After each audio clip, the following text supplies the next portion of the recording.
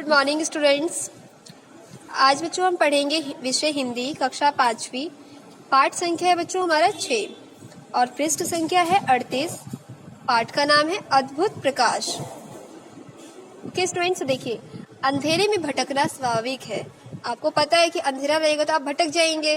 Okay, किंतु शिक्षा के अद्भुत प्रकाश से भटकना बंद हो जाता है। यदि शिक्षा है तो शिक्षा के प्रकाश से आप बिल्कुल भटकना बंद हो जाता है। अब आप सोच रहे होंगे कि शिक्षा का प्रकाश और नई राहें मिल जाती है। शिक्षा का प्रकाश अद्भुत है जो हर कठिनाई को सरल करता है, हमें आगे की ओर राह दिखाता है। ओके, चलिए हम स्टार्ट करते हैं। सुबह होते ही माँ घबराई सी दीपा को उठा रही थी। उठो उठो, मैं मेहरी के घर जा रही हूँ। पता चला है कि उसका बेटा चल बसा। हे भगवान, पर कैसे? दीपा ने पूछा।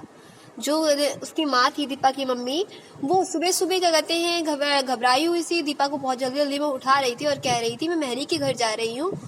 मैंने ऐसा सुना है कि उसका बेटा चल बसा।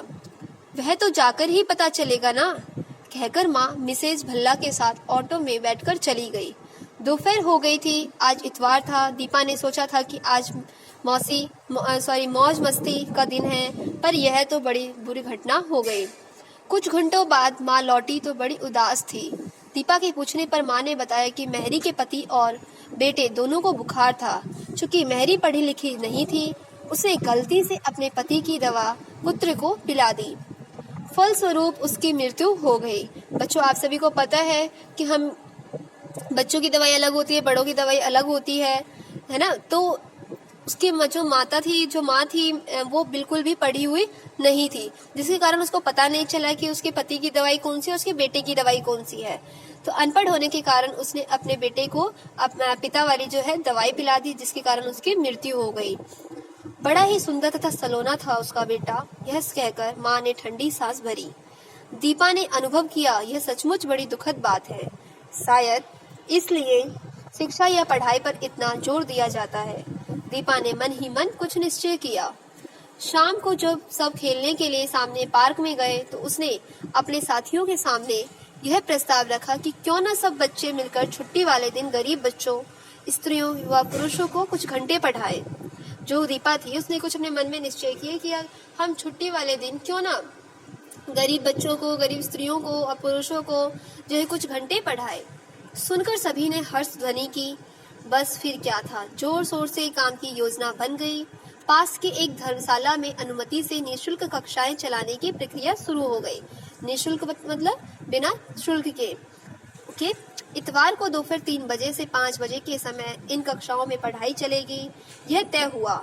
सब बच्चे अपने अपने घर से खाली पड़ी कॉपियां, पेंसिल, पेन और जो भी पुरानी पुस्तकें थी उन्हें वहां लाकर जमा करने लगे। हर घर में प्रारंभिक कक्षाओं की पुस्तकें थी जो छोटे भाई बहनों ने पढ़कर यूं ही रख दी थी, उन सबको जमा किया गया। ओके, और शिक्षा का जो कार्यक्रम है वो स्टार्ट किया गया, वो शुरू किया गया। ओके, तो बच्चों देखो, आपको पता चलता है कि हमें शिक्षा एक कितना बड़ा अद्भुत प्रकाश है जो कि हमें कितनी कठिनाइयों से दूर रखता है। तो शिक्षा प्राप्त करना बच्चों हमारे जीवन का सबसे मूल्यवान माना जाता है। हमें बहुत ही मूल्य है ये शिक्षा प्राप्त करना। तो हम सभी को चाहे किसी भी तरीके से शिक्षा प्राप्त करना ही चाहिए। ओके, जो शिक्षा एक ऐसी कला या ऐसा प्रकाश जो को हमें हमारे सामने हर एक कठिनाइयों को, चाहे कितनी भी बड़ी कठिनाइयां क्यों ना हो, सबको सरल बना देता है, सबको दूर भगा देता है। एक ऐसा अंधकार है, एक ऐसा प्रकाश है जो कि शिक्षा एक ऐसा प्रकाश है जो कितने भी गहरी अंधकार क्यों ना हो वो सबको अपने सामने से दूर कर देता है। ओके स्टूडेंट्स, तो आज की कक्षा में हमने हिंदी विषय में बच्चों पेज नंबर 38 और पेज नंबर 39 को पूरा किया है। ओके।